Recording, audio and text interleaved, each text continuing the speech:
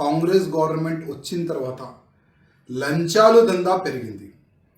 ఇప్పుడు కరీంనగర్లో Jammikunta police station లిమిట్లో ఉన్న ఇన్స్పెక్టర్ గారు, ఆయన పేరు రవికుమార్, మొత్తం ఆయన ఒక వాయిస్ క్లిప్ వైరల్ అవుతున్నాయి. నాకు కూడా మీడియా పరంగానే తెలిసింది. 3 లక్షల రూపాయలు ఒక బాధితుడు ఆయన బాత్రూంలో పెట్టిండంట. సీసీటీవీస్ చెక్ చేయండి, నేను ఆయన ఒక కేసులో నాకు డబ్బులు అడిగిండు, నేను బాత్రూంలో డబ్బులు పెట్టిన 3 లక్షలు, అది సీసీటీవీ చెక్ చేయండి అని కూడా ఆ బాధితుడు ఆయన చెప్తుండు.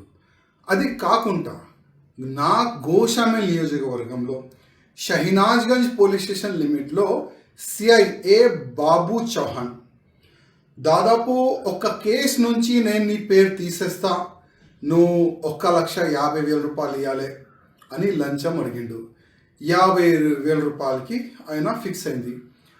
ఏసీపీ అధికారులు ఈ షహనాజ్గంజ్ పోలీస్ స్టేషన్ లిమిట్లో ఉన్న ఆ ఇన్స్పెక్టర్ని, ఆ బాబు చౌహాన్ని అరెస్ట్ చేశారు. ఇట్లా కాకుండా చాలా వరకు ఈ సంవత్సరంలో చాలా వరకు పోలీసులు లంచం తీసుకుంటా అరెస్ట్ అవుతున్నారు.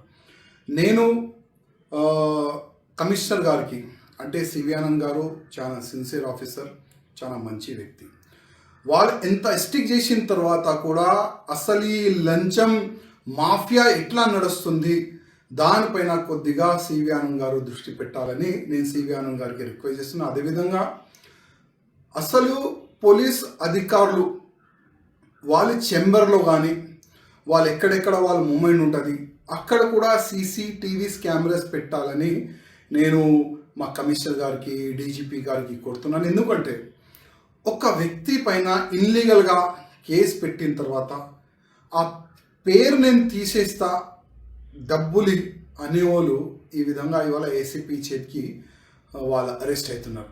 ఇంకా ఎంతమంది ఉండొచ్చు.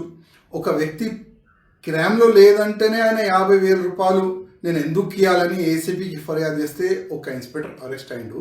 ఒకవేళ ఏదైనా ఒక వ్యక్తి క్రైమ్ చేసిండు, వాళ్ళ దగ్గర ఇట్లాంటి ఆఫీసర్లు ఎంత డబ్బులు వసూలు చేయొచ్చు. అందుకోసం మా కమిషనర్ గారికి, డీజీపీ గారికి, రేవంత్ రెడ్డి గారికి రిక్వెస్ట్ చేస్తున్నా, ప్రతి ఒక్క పోలీస్ అధికారులు ఎక్కడెక్కడ మూమెంట్ ఉంటుంది పోలీస్ స్టేషన్లో అక్కడ సీసీటీవీస్ పెట్టాలని నేను డీజీపీ గారికి, కమిషనర్ గారికి, రేవంత్ రెడ్డి గారికి రిక్వెస్ట్ చేస్తున్నా. అదేవిధంగా ఇట్లాంటి ఆఫీసర్లు అరెస్ట్ అవుతారు కదా లంచం తీసుకుంటా, అట్లాంటి ఆఫీసర్కి జస్ట్ సస్పెన్షన్ చేయకుండా టోటల్గా పోలీసు జాబ్ నుంచి పీకేసేయాలని నేను ముఖ్యమంత్రి గారికి రిక్వెస్ట్